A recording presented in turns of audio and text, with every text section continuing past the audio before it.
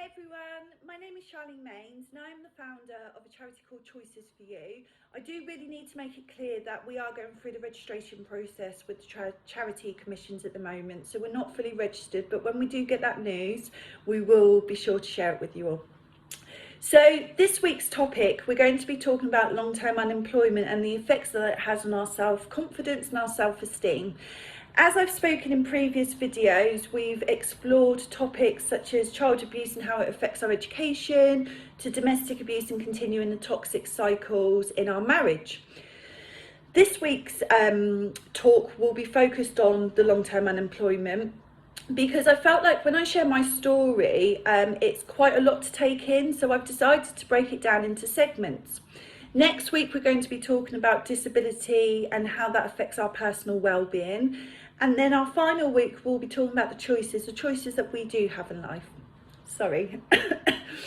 So this week's topic is actually one of a favourite of mine, but it also highlights the struggle that I had to go through when I went on to welfare benefits in 2010. And what I did to kind of get myself out of that situation. So I'm going to take you back to 2010 and a bit into my childhood, and then hopefully it will all make sense by the end.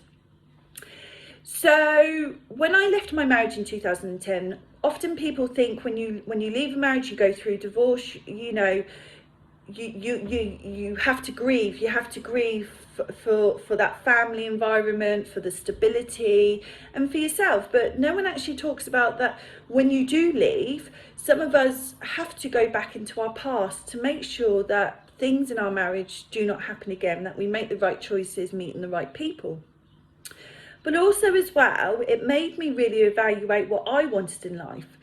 I was a single mum, and you know, my main concern was looking after the children. But once they went both back to school, it gave me time to think about what was it that I wanted to do. Now, I had qualifications in childcare, I've worked in retail, I've worked in hospitality, you name it, I've done it. So it was kind of like, okay, this is my time now. What is it that I want to do? Going through the stresses of divorce and domestic abuse and bringing up the children, being on welfare, you've got to plan your meals, you've got to budget, you've got to sort your household bills out. You've got so much on your plate that you don't tend to have time for yourself to sit down and actually look at your skill set and think, okay, this is the career that I want to go into. So in 2012, once both children were in school, I decided to ask a friend who owned a mortgage broker's if I could have some work experience. Straight away he said yes, we'll get you a desk in, a chair and everything else that we need to accommodate you. So for the 3 months from September 2012 to December 2012, I went down on the train to Portsmouth every single day, paying with my benefit money, the train ticket. I felt part of society. I didn't feel like a mum. I felt like an individual. I felt like I wasn't no longer a failure, even though I know that I'm not a failure, but being unemployed, you do feel like you're a failure sometimes. You feel like there is no way out of the dark hole that you're in. So being on that train, reading the Metro for the first time, on the train, seeing commuters, it was absolutely amazing. It was just fantastic. So I did go down, I learned how to communicate, I learned customer service, which I was really good at. But most of all, that I'm most proud of is I learned how to copy and paste for the first time at 28. Now, when I share my story from benefits to Buckingham Palace, I actually mention that, and you know when everyone's listening is because I tend to laugh at that bit. But I was actually really proud of myself. I was like, oh, because I don't tend to like IT that much, and that's my own confidence, my ability to use that. But yeah, I was really proud. So in the December 2012, my 3 months was up and they were about to offer me a full-time job, but at the same time my son needed to have a foot operation because he walked on the sides of his feet. So unbeknown at the time, his recovery period off school was 3 months. So once we found out the recovery period, I could no longer, you know, accept that full-time job. So first of all, I know it might sound a bit selfish, but I thought, damn, I'm back to square one again. I haven't got a partner who can look after him while I go to work and take this opportunity. I'm staying on benefits and I need to be there for my children. So he has the operation and he's off for 3 months. And that 3 months, it was really testing because we didn't have a car.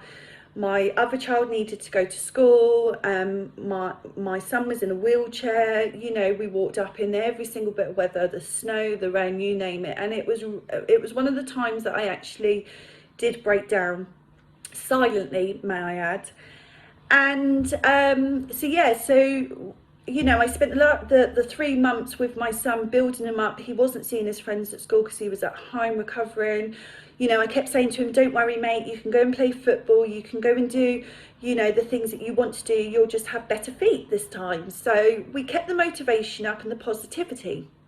Again, I was very isolated at this point. So, you know, it was just the 3 of us in that house, and it was down to me to make sure that all of us were sane in mind and we kept going with that motivation.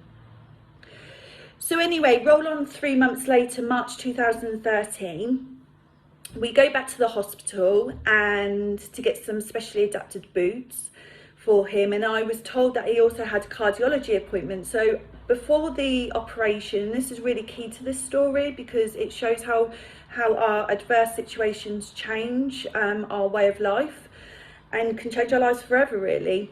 So they said to me, okay, in the afternoon you've got an appointment with a cardiologist because they had found a heart murmur just before the op took place back in December. So I was like, okay, it's never been brought up before.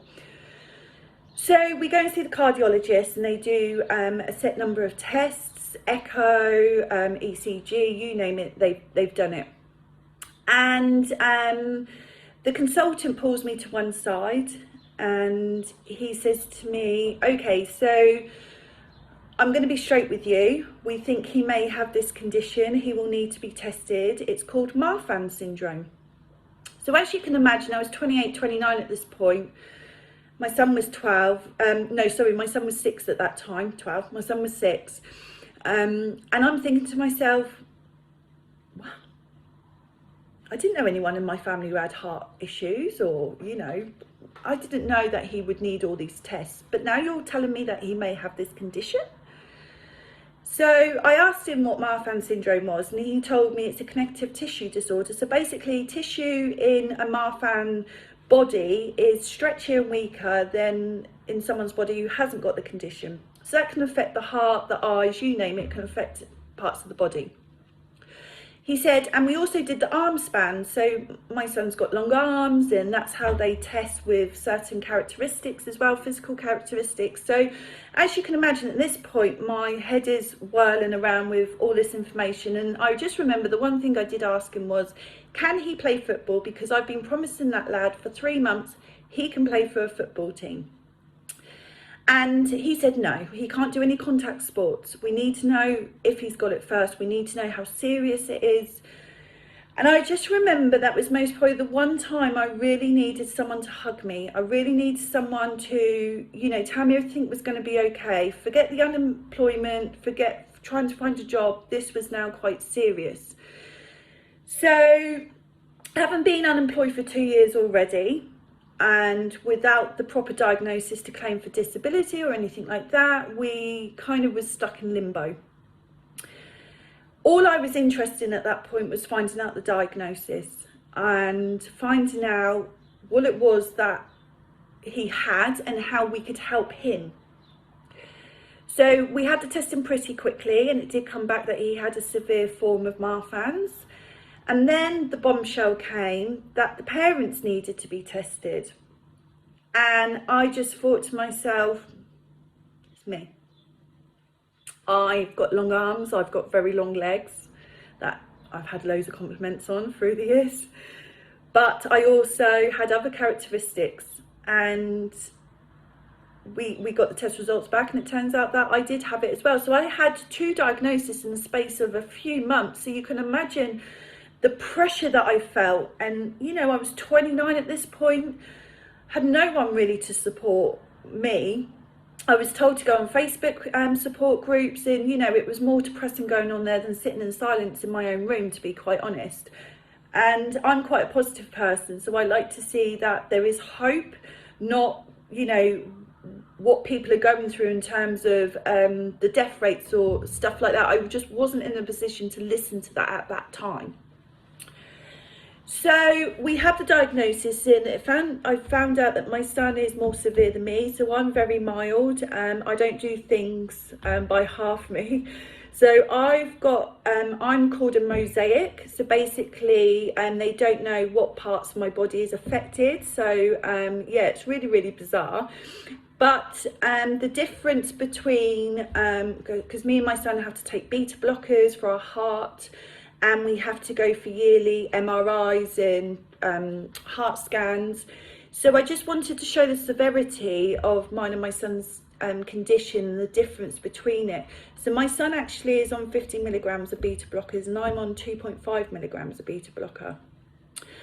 And I'm going to be talking in a bit more detail about disability and being a young carer and the pressures next week, so I don't really want to go too much into it, but I needed to bring it up because this was one of the barriers that affected my chances of employment.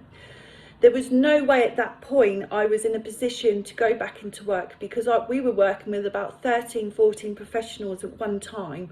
We were travelling to and from Southampton General. We were working with a number of professionals, including physiotherapy, the OT, you know, the schools, the consultants, the orthopedics, the ophthalmologists, which is the eyes, I'm learning all these big words, the cardiologists, you name it, we had professionals involved. So it was a very testing time for me, and actually it was at that time that I understood why people choose to take the other route, you know, where they consume themselves in drink and drugs, because when you hear news of that severity, it can push a person to block it out and to kind of give up.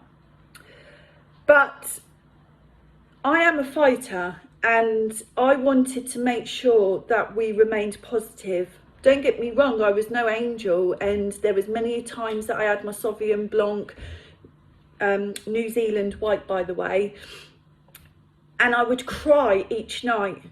I would cry at our lives changing, and those dreams of wearing a suit, those dreams of providing for my family. I couldn't even afford a holiday. So I said to the kids, you know, to keep the momentum going, I'm going to book a holiday to Greece. We're going to get our villa and we're going to spend 2 weeks together. We're still not at that stage yet.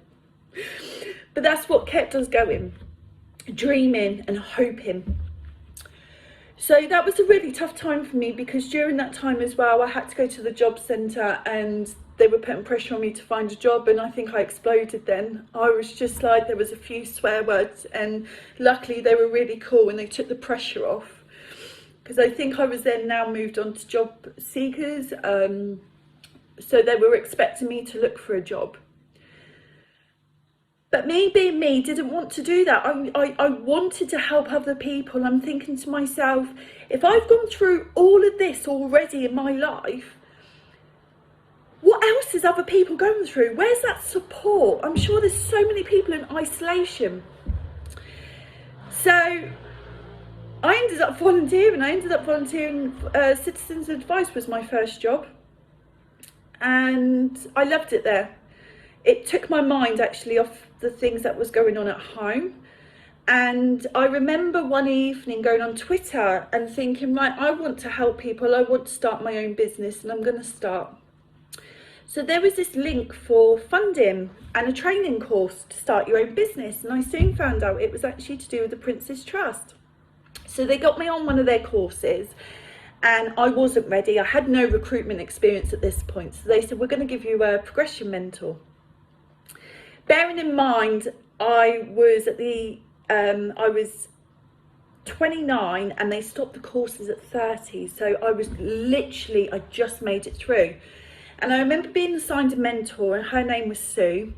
Sorry, my hairs are going a bit ski-whiff today. Her name is Sue, and I remember when I first met her, we met in a Costa Coffee, and she allowed me to speak for 2 hours non-stop. I had so much just pouring out of me where I had no one to really talk to. And over the weeks that we met, Sue gave me the support that I needed. She listened to me. She made me understand myself a lot better. She made me understand that I could think for myself. But there was one particular session that will always stick out for me, was when Sue said, I want you to do some homework and I want you to write your skill set down. So I'm sat there and I'm writing my skill set. I'm a single mum. I'm at home. I've just learned how to copy and paste. I think I wrote 3 or 4 words down, but then when Sue finished with me, she wrote 2 or 3 pages. So the power of having a mentor with you to draw out your own skills and making you realise actually how talented you are is so important for a person's development. Because by this time, I didn't actually realise that I was slowly falling into depression and anxiety. Everything in my life just became too much, even for me, and I'm a toughie. So I knew that I couldn't go back into full-time work because of my son's condition and the amount of hospital appointments we were going to. But, you know, having to try and juggle that with volunteering and making the job centre aware that this is why I couldn't work. It wasn't for not wanting to, because by gosh, I love working. It was just because another barrier had come into play that stopped me from working and being part of society again. So it took a lot of strength and a lot of courage. So when I finished with the Prince's Trust as a mentee, I offered to become a mentor with them. And then there was a role going to become a volunteer PA, as you like, to one of the executives. Her name was Jamie, and she was the executive for the volunteer and secondment team within the trust at Southampton office. So I did that, and it was amazing. I often spoke with Jamie about my ambitions, and she was due to go on maternity leave. She said, look, my job is coming up and you've got as much chance as everybody else, and I think you should apply for it. And I said, Jamie, I just couldn't possibly. I haven't been in work for 5 years. She said, please just try it. Just even if you're not successful, she said, at least you're getting into that kind of routine of applying for jobs. And trust me, it was the most nerve-wracking thing I did. I couldn't articulate myself on the application form. That was a real toughie for me. So just be mindful, professionals, that if you do work with people who are unemployed, sometimes they find it really hard to articulate themselves. I'm not saying that's everyone, but just be aware of that, because we have so much going up in our brains and we're so creative, but we find it really hard to put our thoughts onto paper. So anyway, I applied for the job, and then I got asked to go for an interview. Wow, did I mess up at the interview? There was 2 of them there, and it was nerve-wracking. It was my first proper interview in God knows how many years. And they asked one question. Now, forgive me. Yeah, no, it's definitely is. I keep saying to myself, did I really say that? So they said to me, if you could describe your feelings towards trust, how would you describe it? And I said, it's a bit like the first date when you meet someone, you know, when you get those feelings of passion, excitement. But I feel like that every day, especially going into my volunteer role. I was like passionate and excited and really happy, and woo, I was like buzzing down the M27 every day to my volunteer job, like really happy. Everyone else was miserable, and they started laughing, and I walked out and I was like, so not getting that job. So I actually prepared myself for that, and I really felt let down, that I let myself down, that I wasn't professional enough with my answers. So yeah, I didn't have a great weekend that weekend, because there was just so much paranoia going on in terms of how I dealt with that interview. Anyway, a few days later, I got the call, and it was to inform me I actually got the job. So I was like, are you having a laugh? I think that's what I said to them. Are you having a laugh? They said, no, Charlene, we're not having a laugh. You've got the role. So I went from being unemployed for 5 to 6 years to managing 120 people as a volunteer and secondment executive in a paid role across 3 counties, which was Hampshire, Dorset and the Isle of Wight. And I travelled from having to Southampton every single day. I put the children in breakfast club. We would start day at 6. We wouldn't get home till 6. By gosh, it was one of the hardest jobs, but I did it, and I loved every moment. And during that time, I got to go to Buckingham Palace for a garden party to celebrate the Prince's Trust's 40th celebrations. And then one day I saw our CEO, Martina Milburn, on TV, and I thought to myself, I'm going to meet her one day and I'm going to see if I could spend the day with her.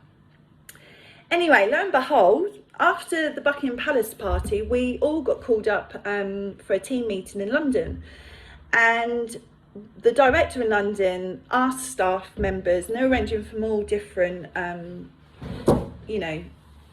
positions within the trust. The CEO was there as well. He wanted someone, people to stand up and share their highlights of the last few months, and no one offered. So I did. I went, hi, I'm Charlene. Well, a few months ago I was on benefits, and surprisingly I was in Buckingham Palace for a garden party. I mean, like that ever happens, and they were laughing.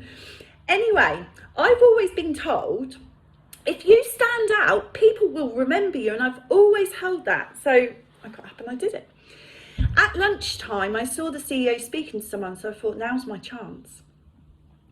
So I waited in line patiently, and everyone must have been looking at me as if to say, what's she going to say? Oh my gosh, what's she going to say? Where's her manager? I don't think I actually told my manager what I was going to do. But I thought there's an opportunity here, so I wanted to learn about leadership. So I waited my turn, and then she said, Charlene, fantastic for you to be the first one to get up and share your highlights. So, that stuck with me, that she remembered people's names. So I said, Martina, I don't mean to put you on the spot. I think you do wonderful work. Is there a chance I could spend the day with you and maybe possibly interview you so colleagues can get to know who the CEO is and I can learn leadership at the same time, and then we could produce an article? And she was a little bit taken aback, and she said, fine, I will get my PA to email you. Anyway, when I got to the office the next day, the CEO had actually emailed me herself at about 6:30 that evening to say, Charlene, it was great to meet with you. I will make sure I get that sorted and get my PA to sort out dates. And yes, she gave me the whole day in August. I invited a colleague from London to come with me who was on the same leadership but didn't have the confidence to ask. And it was a fantastic day because everyone got, something out of it. And I learned all about leadership from her. We produced a great article. And then just before I left the contract, the Martina actually came down to see me at the Southampton office, and she was lovely. And the team were able to create this, display of all the achievements that they managed to achieve in the area over a certain period of time. So it was a win-win for everyone. And I got to spend a bit of time with her in my office, and it was just amazing. So, grab every opportunity. And, you're never given a warning as well for opportunities. They always seem to present themselves when you least expect it. You just have to have the courage to recognise it and go for it. Obviously, I don't think too many were happy with me in senior management because I kind of asked that question. But, I did say to them, do you want me to cancel it? Because I'm more than, and obviously they didn't want me to for obvious reasons. So I went ahead and did it, and it was great. And I don't regret it, and I'd do it again in a heartbeat. So I left the trust, and then my son needed another operation. He was off for 6 weeks. So I knew that I couldn't keep going from being in this position, from going in a job to then stopping to looking after him and hospital treatment. So I decided to start up Choices for You. And that way I could learn new skills and I could build up a charity around my circumstances. My son was able to go to his appointments, take time off school. I was able to be less pressured into the work that I was doing because I could do it from home. So then I decided to apply for a BA Honours in Business Management and Leadership, because if I was going to start this charity, I needed to learn more about business, because charity is a business, but for me, I needed those skills to make sure it ran efficiently, because it's public money that we are spending, and I wanted to make sure that we had the integrity and the transparency. I didn't want to go into this very quickly and to make mistakes. I wanted to make sure I knew what I was getting into. So I'm currently, I've got 2 years left after this year, and then I finish, and then I'm hoping to finish my academics with a master's in hopefully global leadership if I can get a placement at a university. And yeah, so we're building up choices for you, and we've been putting on events actually for the last 3 years for International Women's Day, where we get members of the public to share their stories. We've worked and built partnerships with local organisations who come to the event. So if there's anyone that needs support, we can then signpost them to, because, you know, we can't do everything and we're not professionals or experts in every subject. So for me, it's not just about domestic abuse, it's about drug addiction, it's about homelessness, it's about refugee status, it's about isolation, disability, you name it. We help everyone, and that's why it's really important to build these partnerships with other services, because there's going to be some people in that community who do not know what services are out there to support them. I didn't know. I was stuck in isolation, which is why I'm so passionate to make sure that we get those services recognised.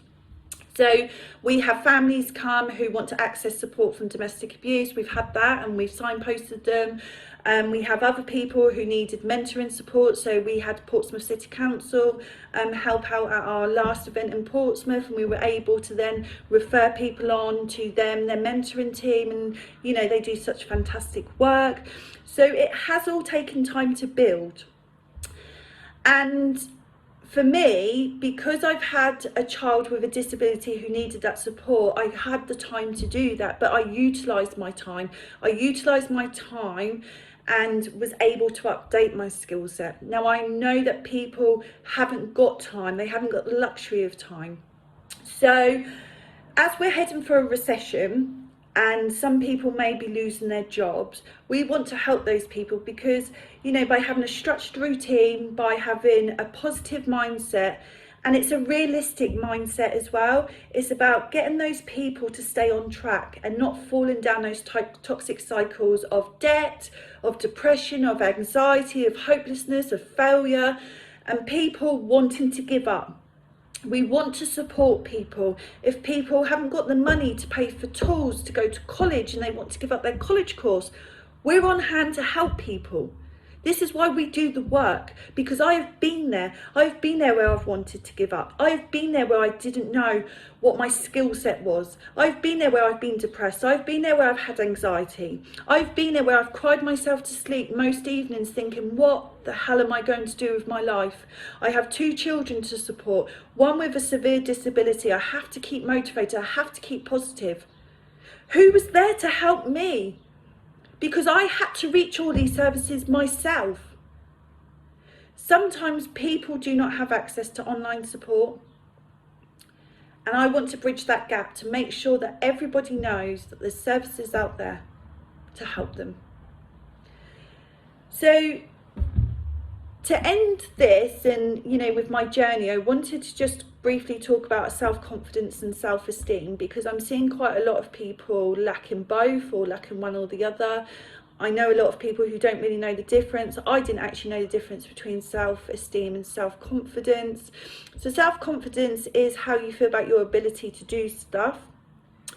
And self-esteem is how you feel about yourself. So I was lacking in both. I didn't feel great in myself. I remember a time when my daughter needed to ride her bike. I needed to teach her, but because I was so afraid of the neighbours laughing at me and what they would think, or if worse, I was teaching her the wrong way of how to ride a bike, considering I can drive a car. You know, it's crazy thinking, but that's how I was feeling.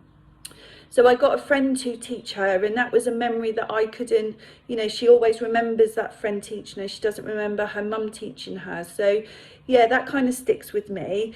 And also the self-confidence in my ability to run a charity and to reach out. And there's been many a times when I've wanted to produce these videos, but I didn't have the self-confidence to do that in myself, because I just didn't feel good in myself. And you know, often people think unemployed. Oh. I've had so many people turn their noses up at me, and I've been crying out for help and support over the years, because really deep down I knew what I could offer. I knew I had the passion, but I needed my self-confidence and my self-esteem to grow in order to be the best person for this job. Luckily, I've had some angels in disguise, who have helped me, both male and female. You know who you are, and I would just like to say a big thank you, and for all your support. Without you, I wouldn't actually be here right now in terms of my development. I think it would have taken me a bit longer. So you've kind of helped me along the way with your own expertise. So I just want to say thank you. I'm looking forward to the future. I'm looking forward to what's to come, really, for Choices for You. My message to everyone who's feeling like a failure right now, who's feeling quite scared about losing their job, please know that you're not a failure. This is a time for growth. This is the time to look at your life and actually think, this is actually a positive. I can make some changes. And if you keep with that positive mindset and you want that help and support, reach out to me, because I know a lot of professionals who are able to help in different areas, whether it's self-employment, whether it's unemployment, mentoring, or education. The local college, who I'm in close contact with, having been a student there over the last 7 years. I do have to say thank you to Havant and South Downs College for being amazing with your adult learners.